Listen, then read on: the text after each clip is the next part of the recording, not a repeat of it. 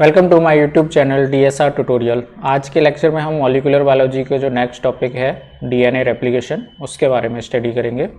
Last lecture में हम लोगों ने पढ़ ही लिया था कि DNA के डबल स्ट्रैंड का जो मॉडल होता है VDNA का, वाटसन क्रिक ने जो मॉडल दिया था वो किस तरीके से होता है। दोनों स्ट्रैंड जो होते हैं DNA के वो किस तरीके से होते हैं, एंटी पैरेलल होते हैं एक दूसरे के अपोजिट डायरेक्शन में 5 प्राइम टू 3 प्राइम। तो आज के लेक्चर में हम उससे आगे की स्टडी करेंगे DNA के रेप्लिकेशन के बारे में।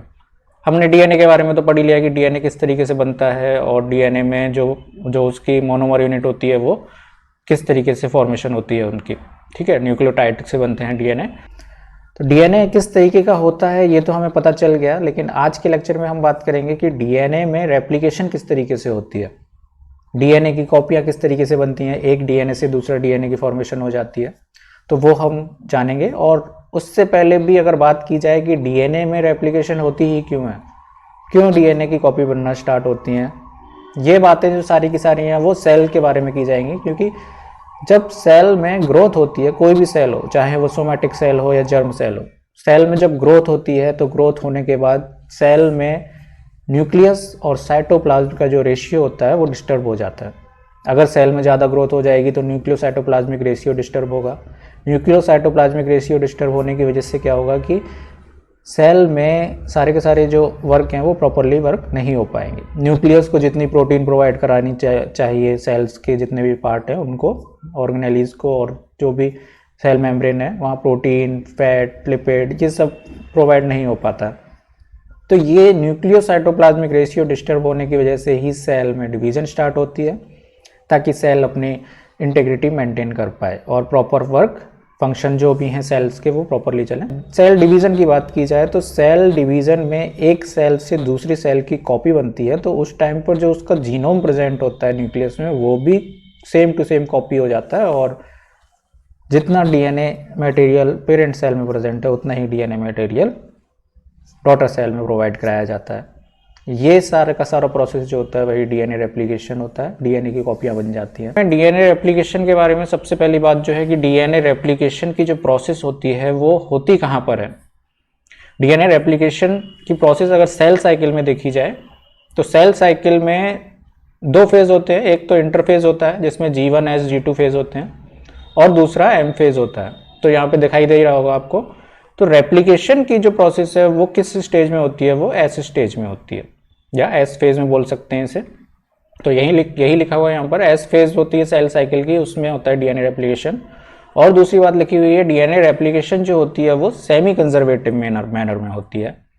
सेमी कंजर्वेटिव मैनर का मतलब क्या है, यहाँ पर जब DNA की प्रोसेस होती है तो वहाँ पर आधा DNA जो होता है वो तो एज इट इज़ जैसा पेरेंट्स DNA था वैसा ही रहता है, पेरेंटल DNA जैसा, और जो नई कॉपी जो बनती है DNA की एक दूसरी स्ट्रैंड की वो दूसरी कॉपी बन जाती है। तो यानी जो आधा जो DNA है वो सेमी कंजर्वेटिव है, बाकी जो DNA की फॉर्मेशन हुई है वो न्यू हो गई है। तो इसकी जो स्टडी की थी कि DNA जो है वो सेमी कंजर्वेटिव है, वो स्टडीज को सबसे पहले प्रपोज किया था मेजल्सल एंड स्टॉल ने 1958 में। तो यहाँ पे देखिए, जैसे कि मान लीजिए DNA है, ये एक DNA में दो स्ट्रैंड होते हैं, हमें पता है, वो भी अपोजिट डायरेक्शन में होते हैं 5 प्राइम टू 3 प्राइम और 3 प्राइम टू 5 प्राइम में। तो यहाँ पर अगर इन DNA में रेप्लिकेशन होगी तो रेप्लिकेशन के बाद जो रिजल्ट आएगा वो इस तरीके से आएगा। जो वन स्ट्रैंड होगा DNA का, तो यहाँ पे देखिए जो DNA रेप्लिकेशन हुई है उससे दो कॉपी बनी है, एक तो ये वाली कॉपी बनी है और दूसरी ये कॉपी बनी है। वो किस तरीके से फॉर्मेशन हुई है, वन स्ट्रैंड जो है DNA का वो ओल्ड स्ट्रैंड है, यानी ये वाला स्ट्रैंड है, और जो दूसरा स्ट्रैंड की फॉर्मेशन हुई है न्यू स्ट्रैंड की वो नया बना है इसी की कॉपी के साथ। दूसरा स्ट्रैंड यहाँ पे देखिए, जो दूसरा वाला जो स्ट्रैंड है 3 प्राइम टू 5 प्राइम डायरेक्शन में, वो ये वाला स्ट्रैंड है और उसकी भी कॉपी बन गई है न्यू। तो यहाँ पे रिजल्ट क्या मिला है, रिजल्ट ये मिला है कि DNA में जो हाफ मैटर होता है रेप्लिकेशन के बाद वो तो पेरेंटल जैसा होता है सेम टू सेम, और नया मैटर जो बनता है वो उसकी कॉपी होता है। तो इसलिए इसे सेमी कंजर्वेटिव बोला जाता है। अब ये सेमी कंजर्वेटिव जो DNA की रेप्लिकेशन होती है वो काफ़ी सारे टेस्ट किए गए कि किस तरीके से होती है, और उसको चेक किया गया कि ये सही है या नहीं है।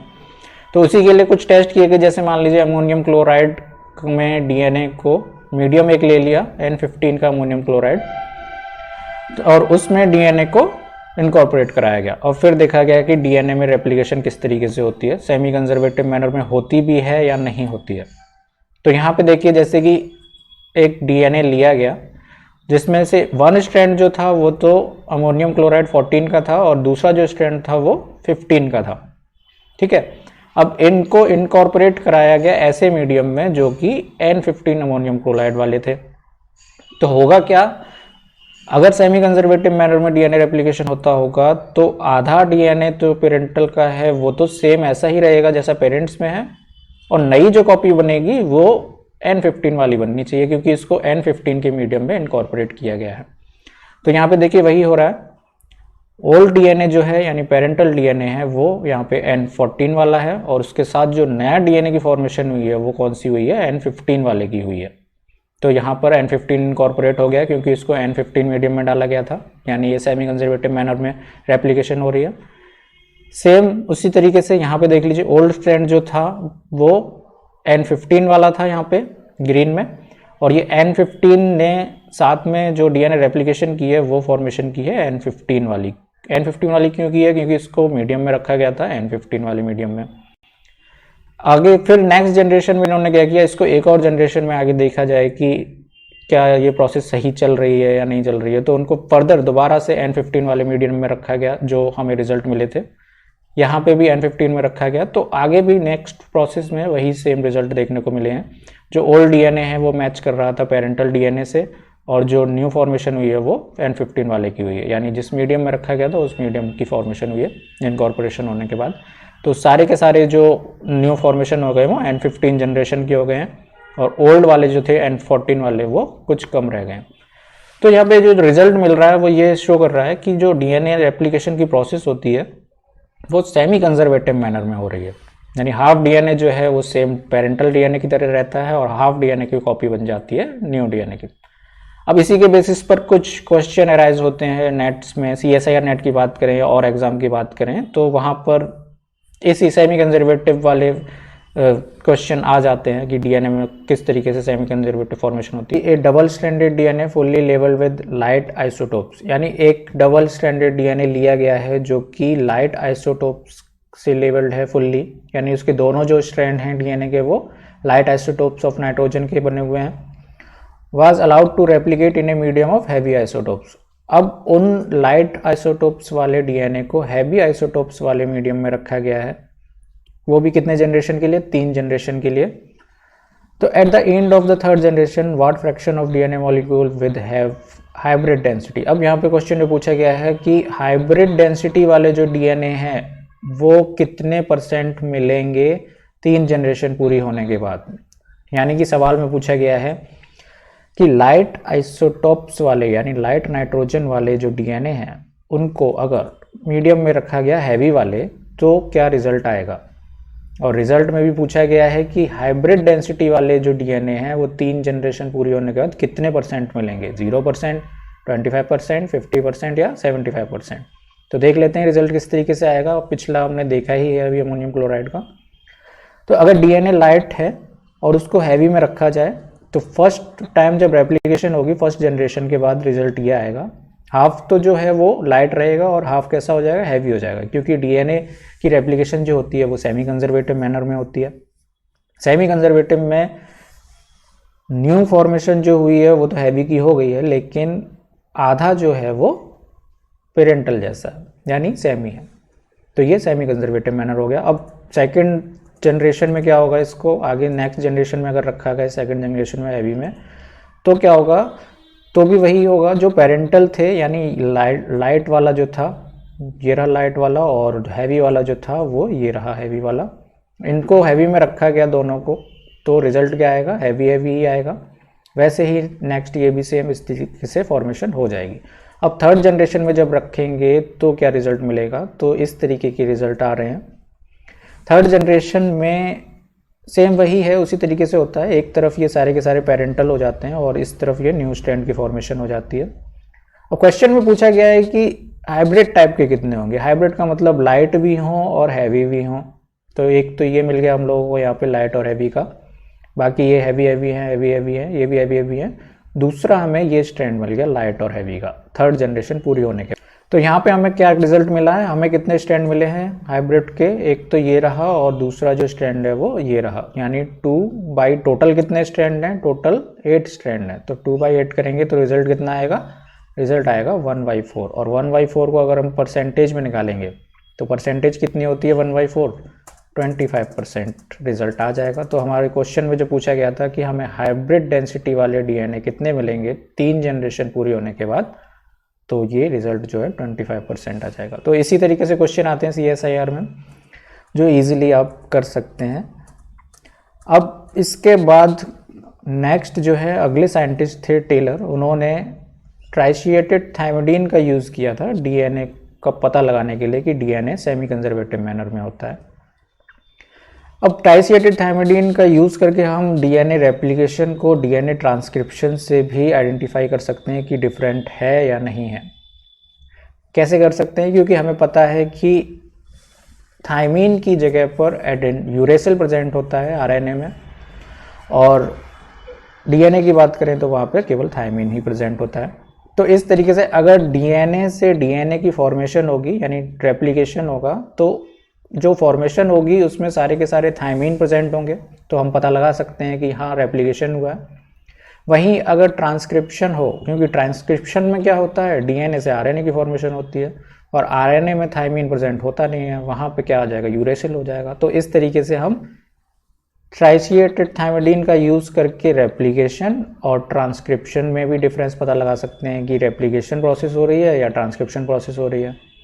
सेम वहीं हम अगर ट्राइशिएटेड यूरिडीन का यूज़ करें, यूरिडीन के मीडियम में रखें अगर हम डीएनए को, और प्रोसेस कंप्लीट कराई जाए कि ट्रांसक्रिप्शन हो रहा है या रेप्लिकेशन हो रहा है, ये पता लगाना चाहें तो वो भी पता लगा सकते हैं। क्योंकि रिजल्टेड डीएनए में या आरएनए में अगर हमें मिला कि यूरिडीन प्रेजेंट है तो हम मान लेंगे कि आरएनए की फॉर्मेशन हुई है, और आरएनए कैसे बनता है, ट्रांसक्रिप्शन से ही बनता है, रेप्लिकेशन से तो बन नहीं सकता आरएनए। तो हम ट्रांसक्रिप्शन और ट्रांसलेशन में भी डिफरेंस पता लगा सकते हैं अगर हम मीडियम लें ट्राइशिएटेड थायमिडीन का और ट्राइशिएटेड यूरिडीन का। तो इस तरीके से हम डिफरेंस पता लगा सकते हैं। वैसे ही डीएनए सेमी कंजर्वेटिव मैनर में होता है, आज की डेज में पता लगाने के लिए यूज़ किया जाता है BRDU का, और ये काफ़ी इंपॉर्टेंट है, एग्जाम में क्वेश्चन इसी से आते हैं काफ़ी सारे कि BRDU का यूज़ किया जाता है, जो ब्रोमोडिऑक्सी यूरिडीन बोला जाता है। ये एक तरह का एनालॉग होता है टॉटोमेरिक थायमीन का, यानी थायमीन की ही तरह होता है ये, लेकिन थायमीन की तरह होने के बाद भी ये पेयरिंग जो है वो डिफरेंट मैनर में या एबनॉर्मल पेयरिंग शो करता है, क्योंकि इसमें ब्रोमीन प्रेजेंट होता है जो कि काफ़ी इलेक्ट्रोनेगेटिव होता है, और ब्रोमीन जो है वो इलेक्ट्रोनेगेटिव होने की वजह से ये थायमीन के प्लेस पर इनकॉर्पोरेट हो जाता है। यहाँ पे लिखा हुआ है incorporate in place of thymine. लेकिन नेक्स्ट जनरेशन के राउंड पर क्या करता है, ये थायमीन की जगह पे प्रेजेंट तो हो गया, लेकिन पेयरिंग जो करेगा वो ग्वानिन से करेगा। तो इस तरीके से ये क्या करता है, AT पेयर को चेंज कर देता है GC पेयर। तो देख लेते हैं किस तरीके से पेयरिंग होती है इसमें। जैसे कि कोई एक स्ट्रैंड ले लेते हैं डीएनए का जिसमें AT पेयर हैं और TA पेयर हैं, तो इनको अगर BRDU के मीडियम में रखा जाएगा डीएनए को रेप्लिकेशन होने के लिए, तो रेप्लिकेशन होने के बाद जो रिजल्ट होगा वो इस तरीके से मिलेगा। जहाँ जहाँ पर एडेनिन प्रेजेंट होगा वहाँ वहाँ पर BRDU इससे पेयरिंग कर लेगा, क्योंकि यहाँ पर ये बताया ये एडेनिन से BRDU पेयर करता है। तो यहाँ पर एडेनिन है इस स्ट्रैंड में तो ये BRDU पेयर हो गया, यहाँ पर एडेनिन है इस वाले स्ट्रैंड में तो यहाँ पर BRDU पेयर हो गया। तो एडेनिन से पेयरिंग करता है BRDU, और नेक्स्ट टाइम जब रेप्लिकेशन होती है नेक्स्ट जनरेशन में फिर से इसको अगर BRDU में रखा जाए तो क्या होगा, यहाँ पर भी वही एडेनिन से पेयरिंग कर रहा है, एडेनिन से पेयरिंग कर रहा है, ये भी एडेनिन से पेयर कर रहा है। लेकिन जहाँ पर BRDU आ चुका है स्ट्रैंड पर, जो ये स्ट्रैंड था ग्रीन वाला, इस स्ट्रैंड पे अब ये पेयरिंग क्या करेगा, ग्वानिन से करेगा। तो यहाँ पर रिजल्ट चेंज कर देता है ये, क्योंकि BRDU खुद पेयर करता है ग्वानिन से, और स्टार्टिंग में ये पेयरिंग जो बनाता है वो एडेनिन से बनाता है। तो इस तरीके से ये रिजल्ट पूरे के पूरे चेंज हो जाएंगे।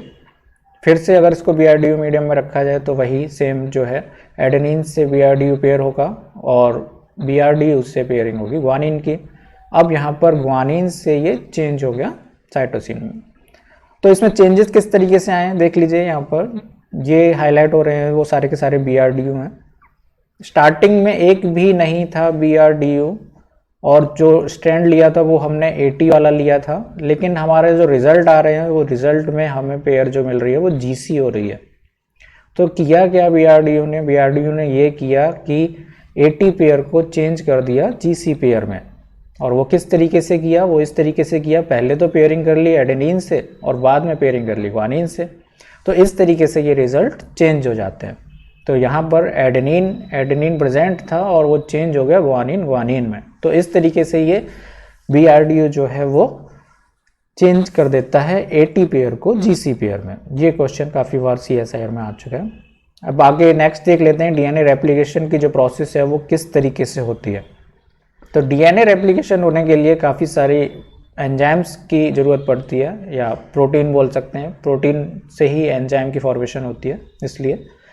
तो यहाँ पर DNA रेप्लिकेशन के लिए दो तरह की एंजाइम का यूज़ होता है, एक तो एंजाइमेटिक प्रोटीन का और नॉन एंजाइमेटिक प्रोटीन का यूज़ होता है, या स्ट्रक्चरल प्रोटीन भी बोल सकते हैं। तो DNA रेप्लिकेशन के लिए जो एंजाइमेटिक प्रोटीन यूज़ होती हैं वो होती हैं topoisomerase, helicase, RNA primase, DNA polymerase और RNase-H-fan1, या इसको हम फ्लैप एंडोन्यूक्लियस 1 बोलते हैं, और DNA लाइगेज। तो टोटल ये 6 तरह की DNA रेप्लिकेशन में एंजाइम यूज़ होती हैं, जिनको हम 1 बाय 1 स्टडी करेंगे कि ये किस तरीके से अपना वर्क करती हैं और जो रेप्लिकेशन की जो प्रोसेस है वो किस तरीके से कंप्लीट होती है। उसी के बाद अगर हम नॉन एंजाइमेटिक की बात करें तो इसमें सिंगल स्ट्रैंडेड बाइंडिंग प्रोटीन का यूज़ होता है DNA रेप्लिकेशन में। दूसरा क्लैंप लोडर कॉम्प्लेक्स का यूज़ होता है जो कि प्रोकैरियोट्स में होता है, और वहीं क्लैंप लोडर कॉम्प्लेक्स को रेप्लिकेशन फैक्टर C बोला जाता है अगर यूकैरियोट्स की बात करें तो। तीसरा है बीटा स्लाइडिंग क्लैंप का यूज़ होता है अगर प्रोकैरियोट्स हैं तो, और PCNA यानी प्रोलिफरेटिंग सेल न्यूक्लियर एंटीजन का यूज़ होता है अगर यूकैरियोट्स हैं तो DNA रेप्लिकेशन के लिए एंजाइमेटिक प्रोटीन और नॉन एंजाइमेटिक प्रोटीन का यूज़ होता है, और ये सारे मिलकर DNA की रेप्लिकेशन की प्रोसेस कंप्लीट कर देते हैं। नेक्स्ट जो है कुछ लाइसेसिंग फैक्टर का भी यूज़ किया जाता है, जैसे CDT1 chromatin DNA replication licensing factor है, उसका यूज़ किया जाता है, जो क्या करता है हेलिकेज को लोड कर देता है रेप्लिकॉन में इन G1 फेज में। सेल साइकिल की जो G1 फेज होती है उसमें ये जो हेलिकेज एंजाइम है इसको लोड कर देता है CDT1। और नेक्स्ट लाइसेसिंग फैक्टर है CDC6 जो हेलिकेज एंजाइम को एक्टिवेट कर देता है। तो यहाँ पर हेलिकेज एंजाइम को लोड करने का काम कौन करता है? CDT1, और एक्टिवेट करने का काम कौन करता है? CDC6 करता है। ये हम आगे चल के देख लेंगे किस तरीके से होता है। तो सबसे पहले बात करते हैं टोपोआइसोमरेज के बारे में। टोपोआइसोमरेज नाम से ही आपको पता लग रहा होगा, टोपो यानी टोपोलॉजी से रिलेटेड है, DNA की टोपोलॉजी को चेंज कर देता है ये। यानी DNA के जो स्ट्रैंड है वो आप लोगों ने देखा होगा, DNA का स्ट्रैंड जो है काफ़ी कॉइल्ड होता है, या तो वो नेगेटिव कॉइलिंग ले सकता है या पॉजिटिव कॉइलिंग ले सकता है। तो जब DNA की रेप्लिकेशन स्टार्ट की जाती है तो DNA को ओपन करना बहुत ज़रूरी होता है। अगर DNA सही तरीके से ओपन ही नहीं होगा तो फिर उसमें रेप्लिकेशन स्टार्ट कैसे होगी। तो इसलिए DNA को रेप्लिकेशन करने के लिए टोपोआइसोमरेज का सबसे पहले यूज़ किया जाता है। जो 2 स्ट्रैंड होते हैं उनकी कॉइलिंग को रिमूव किया जाता है। तो कॉइलिंग किस तरीके से रिमूव होती है, तो उसी के लिए टोपोआइसोमरेज का यूज़ किया जाता है। The enzyme responsible to relieve the DNA at the time of replication and transcription. Topoisomerase का यूज़ रेप्लिकेशन में भी किया जाता है और ट्रांसक्रिप्शन में भी किया जाता है। ये इंपॉर्टेंट पॉइंट है। Topoisomerase are also called tyrosine recombinase because they use tyrosine residue in their active site. अब टोपोआइसोमरेज को टायरोसिन रिकॉम्बिनेज भी बोला जाता है क्योंकि इसकी एक्टिव साइट में टायरोसिन रेसिड्यू प्रेजेंट होता है जो कि वर्क करता है कैटालाइटिक सेंटर का। तो टोपोआइसोमरेज का जो मेन वर्क होता है वो होता है कट एंड रिजॉइन का, यानी ये DNA के स्ट्रैंड को कट करता है और दोबारा से ज्वाइन कर देता है, और इस तरीके से DNA में जो कॉइलिंग होती है वो रिन्यू हो जाती है। तो they have special geometry to see in the DNA of positive super coiling. अगर डीएनए में पॉजिटिव सुपर कॉइलिंग प्रेजेंट है तो ये स्कैन करके पता लगा लेता है कि यहाँ पॉजिटिव सुपर कॉइलिंग है, तो उसको फिर कट कर कर नेगेटिव में चेंज किया जाता है। तो इस तरीके से डीएनए की जो सुपर कॉइलिंग है उसको कम किया जाता है और उसको पूरा सिंगल स्ट्रैंड में ओपन कर दिया जाता है। तो किस तरीके से टोपोआइसोमरेज वर्क करता है वो देख ही लेते हैं। अब यहाँ पर हम लोगों ने बात की थी कि टायरोसिन एमिनो एसिड जो होता है वो प्रेजेंट होता है, तो ये जो स्ट्रक्चर है टायरोसिन की है, इसलिए इसे टायरोसिन रिकॉम्बिनेज भी बोला जाता है। और इसमें जिंक और मैग्नीशियम के जो दो कोफैक्टर हैं वो भी यूज होते हैं। वर्क किस तरीके से करता है? इस तरीके से करता है, जो इसका जो मेन काम है वो डीएनए को कट करना है। पहले कट करेगा, फिर उसको रोटेट करेगा और रीजॉइन करेगा, ये हम लोगों ने अभी जाना था। तो किस तरीके से होता है वो देख लेते हैं। तो डीएनए का जो स्ट्रैंड होता है, या तो सिंगल स्ट्रैंड को अब ले लेते हैं, सिंगल स्ट्रैंड में से ये यहाँ पर कट करेगा। तो कट जो होगा वो हम लोग डीएनए की पॉलीन्यूक्लियोटाइड चेन पढ़ ही चुके हैं। यहाँ पर देखिए, मान लीजिए यहाँ पर कट हो गया है, क्योंकि ये 5 प्राइम टू 3 प्राइम डायरेक्शन का जो पॉलीन्यूक्लियोटाइड चेन है एक, उसमें टोपोआइसोमरेज क्या करेगा, यहाँ पे कट करेगा। जहाँ पर जो बॉन्ड बना था वो ईस्टर बॉन्ड की फॉर्मेशन हुई थी, तो इसलिए ये ईस्टर बॉन्ड को ब्रेक कर देगा। और ब्रेक करने के बाद क्या करेगा, वो जो डीएनए जो है उसको अनकॉयल करना स्टार्ट कर देगा। अनकॉयल यानी रोटेशन करेगा, कट करके रोटेट करेगा और जितने भी कॉइलिंग है उसको रिमूव कर देगा। तो टोपोआइसोमरेज इस तरीके से वर्क करता है, पहले कट किया, फिर रोटेट किया और फिर रीजॉइन कर दिया। और इस फॉर्मेशन के बाद डीएनए में जो कॉइलिंग थी वो रिमूव हो जाती है। तो टोपोआइसोमरेज का मेन वर्क क्या है? मेन वर्क यही है, कट करना, रोटेट करना और रीजॉइन करना। और इसके लिए एटीपी का यूज़ होता है, और जो प्रेजेंट है इसमें टायरोसिन, उसका यूज़ होता है। टायरोसिन रिकॉम्बिनेज इसीलिए से बोला जाता है। तो इस तरीके से ये फॉर्मेशन होती है। टोपोआइसोमरेज की जो प्रोसेस है वो इस तरीके से कंप्लीट होती है। जिंक और मैग्नीशियम कोफैक्टर का यूज़ होता है, ये मैंने आपको बताया ही था। Topoisomerase enzyme offer transesterification reaction. Transesterification reaction क्यों बोला जाता है? क्योंकि डीएनए में ईस्टर बॉन्ड फॉर्मेशन होती है, जो फॉस्फोरिक एसिड होते हैं उनके बीच में, तो उसको ब्रेक कर कर ये दोबारा से रीजॉइन करता है, इसलिए ट्रांसईस्टरिफिकेशन रिएक्शन होती है इसमें। नेक्स्ट जो है, डीएनए के जो रेप्लिकॉन होते हैं उनमें जीवन फेज में ही, सेल साइकिल की जो जीवन फेज होती है उसी में टोपोआइसोमरेज को लोड किया जाता है और जीवन फेज में ही इसको एक्टिवेट किया जाता है। तो दोनों काम जीवन फेज में ही हो जाते हैं, टोपोआइसोमरेज को लोड करना और एक्टिवेट करने का। तो टोपोआइसोमरेज की बात की जाए तो दो तरह के होते हैं टोपोआइसोमरेज, टोपोआइसोमरेज फर्स्ट और टोपोआइसोमरेज सेकंड। काम क्या होता है? कट एंड रीजॉइन करने का। तो अगर सिंगल स्ट्रैंड को कट और रीजॉइन कर रहा है तो टोपोआइसोमरेज फर्स्ट हो जाएगा। दोनों स्ट्रैंड को अगर कट और रीजॉइन कर रहा है तो टोपोआइसोमरेज सेकंड हो जाएगा। टोपोआइसोमरेज फर्स्ट भी फिर दो तरह का होता है। प्रोकैरियोट्स में पाया जाता है वो टोपोआइसोमरेज फर्स्ट ए होता है, यूकैरियोट्स में पाया जाता है वो टोपोआइसोमरेज फर्स्ट बी होता है। डिफरेंस क्या है इसमें? डिफरेंस यही है कि ये एटीपी डिपेंडेंट होता है, एटीपी का यूज़ करता है, लेकिन ये एटीपी इंडिपेंडेंट होता है, इसमें एटीपी का यूज़ नहीं होता है। और प्रोकैरियोटिक का जो टोपोआइसोमरेज फर्स्ट होता है उसको रिवर्स गैरेज भी बोला जाता है, जो कि बैक्टीरिया में पाया जाता है। टोपोआइसोमरेज सेकंड की बात करें तो यहाँ पर भी दो तरह के टोपोआइसोमरेज सेकंड होते हैं। टोपोआइसोमरेज सेकंड ए, जिसे डीएनए गैरेज भी बोला जाता है, और टोपोआइसोमरेज सेकंड बी, जो नॉन डीएनए गैरेज होता है। ये यूकैरियोट्स में पाया जाता है, ये प्रोकैरियोट्स में पाया जाता है। इसका काम क्या होता है? मोर नेगेटिव सुपर कॉइलिंग देने का eight the time of DNA replication in bacteria में।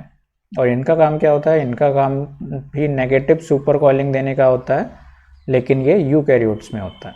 ठीक है, ये भी एटीपी डिपेंडेंट होते हैं, ये भी एटीपी डिपेंडेंट होते हैं। तो यहाँ पर हम लोगों ने ये देखा कि जो टोपोआइसोमरेज फर्स्ट बी है केवल वही एटीपी इंडिपेंडेंट है और बाकी सारे के सारे जो हैं एटीपी डिपेंडेंट होते हैं। नेक्स्ट जो हमारा एंजाइम है वो है हेलिकेज, डीएनए रेप्लिकेशन के लिए। अब डीएनए रेप्लिकेशन में हेलिकेज एंजाइम प्रेजेंट होती है। हेलिकेज एंजाइम को अनवाइंडेज भी बोला जाता है, अनजिपर भी बोला जाता है। और अगर बैक्टीरिया में देखा जाए तो इन्हें डीएनए बी बोला जाता है, और यूकैरियोट्स में देखा जाए तो इनको MCM2 बोला जाता है। MCM2 यानी मिनी क्रोमोसोमल मेंटेनेंस। तो यहाँ पर जो हेलिकेज है, हेलिकेज की बात करें, हेलिकेज में स्ट्रक्चर आप लोगों को दिख ही रहा होगा। इसमें 6 आइडेंटिकल यूनिट्स होती हैं, एक जैसी होती हैं सब यूनिट, और इनमें पुअर एटीपीएज एक्टिविटी प्रेजेंट होती है। हेलिकेज की जो यूनिट है उनमें हेक्सामेरिक होती हैं ये। और हेलिकेज को अगर डीएनए रेप्लिकेशन के टाइम पर बात की जाए, लोड कब किया जाता है रेप्लिकॉन पर? रेप्लिकॉन किसे कहते हैं? डीएनए के जो स्ट्रैंड होते हैं जहाँ पर रेप्लिकेशन स्टार्ट होती है उसे रेप्लिकॉन बोला जाता है। अब रेप्लिकॉन यानी जहाँ पर रेप्लिकेशन स्टार्ट होती है वहाँ पर हेलिकेज को लोड कौन करता है? हेलिकेज को लोड करता है CDT1, वो भी G1 फेज में सेल साइकिल की, और इसको एक्टिवेट किया जाता है S फेज में। एक्टिवेट करने के लिए जो एक्टिवेशन होती है वो CDC6 के द्वारा होती है। ये साइकिल इंडिपेंडेंट काइनेज होती हैं, सेल साइकिल के टाइम पर ये वर्क करती हैं। तो नेक्स्ट जो है वो हेलिकेज एंजाइम की बात करें तो ये पोलैरिटी शो करती है। हेलिकेज एंजाइम जब भी वर्क करेगी तो वो हमेशा 5 प्राइम टू 3 प्राइम डायरेक्शन में ही वर्क करेगी डीएनए रेप्लिकेशन होने के लिए। और ये जिस स्ट्रैंड पर वर्क करती है वो स्ट्रैंड होता है लैगिंग स्ट्रैंड। ठीक है, ये आप लोगों को पता ही होगा। डीएनए रेप्लिकेशन के बाद जो दो स्ट्रैंड बनते हैं उसमें एक तो होता है लीडिंग स्ट्रैंड और दूसरा लैगिंग स्ट्रैंड होता है। तो हेलिकेज हमेशा वर्क करती है, वो वर्क करती है लैगिंग स्ट्रैंड पे, और उसकी डायरेक्शन हमेशा 5 प्राइम टू 3 प्राइम होती है। आगे बात करेंगे, हेलिकेज एंजाइम जो है वो कभी कभी क्या करती है, आरएनए प्राइमेज जो कि अगली एंजाइम है डीएनए रेप्लिकेशन के लिए, उसके साथ मिलकर वर्क करती है। इसलिए प्राइमेज एंजाइम एसोसिएट हो जाती है हेलिकेज के साथ और वो प्राइमर की फॉर्मेशन स्टार्ट कर देती है। अब आरएनए प्राइमर की जो फॉर्मेशन होती है वो भी 5 प्राइम टू 3 प्राइम डायरेक्शन में होती है। ये हम आगे पढ़ लेंगे कि आरएनए प्राइमेज किस तरीके से वर्क करती है, और उनके प्राइमर की जो फॉर्मेशन होती है वो 5 प्राइम टू 3 प्राइम डायरेक्शन में होती है। कैसे होती है सारी प्रोसेस वो अभी देख लेंगे। इसलिए इसको प्राइमोसोम्स भी बोला जाता है जब ये आरएनए प्राइमेज के साथ मिलकर वर्क करती है। ये लैगिंग स्ट्रैंड पर जो फॉर्मेशन होती है प्राइमर की वो डिसकंटिन्यूअस होती है, यानी जो फॉर्मेशन हो रही है प्राइमर की वो कॉन्टीन्यूसली नहीं हो रही है, छोटे छोटे ब्रेक कर करके प्राइमर की फॉर्मेशन होती है 10 न्यूक्लियोटाइड्स या 10 to 12 न्यूक्लियोटाइड्स की। तो इस तरीके से डिसकंटिन्यूअस फॉर्मेशन हो जाती है लैगिंग स्ट्रैंड पे। देखते हैं किस तरीके से होती है। पहली बात तो मैंने आप लोगों को बताई कि हेलिकेज जो होती है, हेलिकेज में पुअर एटीपीएज होती है, यानी इसमें जो एटीपी से एडीपी की फॉर्मेशन होती है उसमें फॉस्फेट ग्रुप निकल जाता है। एटीपी से एडीपी की फॉर्मेशन होती रहती है और फॉस्फेट निकलता रहता है। डायरेक्शन की बात की थी तो ये 5 प्राइम टू 3 प्राइम की डायरेक्शन में वर्क करती है, यानी इस डायरेक्शन में। और ये जो स्ट्रैंड होता है वो कौन सा होता है, लैगिंग स्ट्रैंड होता है। तो ये लोड कब होती है बताया था, G1 फेज में लोड होती है और S फेज में एक्टिवेट होती है। G1 फेज में लोड कौन करता है, CDT1 लोड करता है, और S फेज में एक्टिवेट कौन करता है, CDC6 एक्टिवेट करता है हेलिकेज को। किस तरीके से वर्क करती है हेलिकेज वो देख लेते हैं। कोई भी एक पॉलीन्यूक्लियोटाइड चेन होती है जो डीएनए की, उसको ये ब्रेक करने का काम करती है। तो 2 पॉलीन्यूक्लियोटाइड चेन को ब्रेक करती जाती है और इस तरीके से वो वर्क करती है। अगली जो है हमारी एंजाइम डीएनए रेप्लिकेशन के लिए वो है आरएनए प्राइमेज, जिसे डीएनए-जी बोला जाता है बैक्टीरिया में। और ये जो है वो डीएनए डिपेंडेंट आरएनए सिंथेटेज होती है, क्योंकि ये डीएनए का जो स्ट्रैंड होती है उससे आरएनए की फॉर्मेशन करती है। बेसिकली है क्या, ये नाम से ही पता चल रहा है, आरएनए प्राइमेज, यानी ये फॉर्मेशन किसकी करेगी, आरएनए प्राइमर की फॉर्मेशन करेगी। यहाँ पर डीएनए की फॉर्मेशन नहीं हो रही है, आरएनए के प्राइमर की फॉर्मेशन होती है। तो इसलिए इसको बोला जाता है डीएनए डिपेंडेंट आरएनए सिंथेटेज, क्योंकि डीएनए रेप्लिकेशन में डीएनए से ही आरएनए की फॉर्मेशन कर रही है, छोटे छोटे प्राइमर की फॉर्मेशन करती है। कितने छोटे होते हैं वो, 5 to 10 न्यूक्लियोटाइड्स के प्राइमर हो सकते हैं। तो ये डीएनए टेम्पलेट पर 5 to 10 न्यूक्लियोटाइड्स की फॉर्मेशन करती है प्राइमर की। आगे चलकर इन आरएनए प्राइमर का यूज़ किया जाता है, डीएनए पॉलीमरेज इनका यूज़ करती है इनिशिएशन करने के लिए। तो आरएनए प्राइमेज जो होता है उसमें दोनों साइड प्रेजेंट होती हैं, इनिशिएशन वाली भी होती है और एलोंगेशन वाली भी साइड प्रेजेंट होती है। यानी ये अपना जो आरएनए प्राइमर बनाने के लिए खुद ही इनिशिएट भी कर सकती है और खुद ही एलोंगेट भी कर सकती है। किस तरीके से होती है प्रोसेस वो देख लेते हैं। तो यहाँ पर मैंने आप लोगों को बता ही दिया था कि हेलिकेज जो होता है वो लैगिंग स्ट्रैंड पे वर्क करता है, 5 प्राइम टू 3 प्राइम डायरेक्शन में करता है, और कभी कभी आरएनए प्राइमेज के साथ ये मिलकर वर्क करता है, तो इसे प्राइमोसोम बोला जाता है। तो यहाँ पर इसी तरीके से प्राइमोसोम है। अब आरएनए प्राइमेज में दो साइट होती हैं, एक तो इनिशिएशन साइट होती है, इनिशिएशन डोमेन बोलते हैं जिसे, और दूसरी इलोंगेशन साइट होती है जिसे इलोंगेशन डोमेन होते हैं। तो होता क्या है, जब हेलिकेज के द्वारा डीएनए को ब्रेक कर दिया जाता है, रेप्लिकॉन अलग अलग कर दिए जाते हैं, यहाँ पर एक रेप्लिकॉन ये बन चुका है और एक रेप्लिकॉन ये बन चुका है, तो इस रेप्लिकॉन में हेलिकेज तो इनको ब्रेक कर देता है। उसके बाद क्या होता है, आरएनए प्राइमेज क्या करती है, 1 बाय 1 न्यूक्लियोटाइड को ऐड करती जाती है।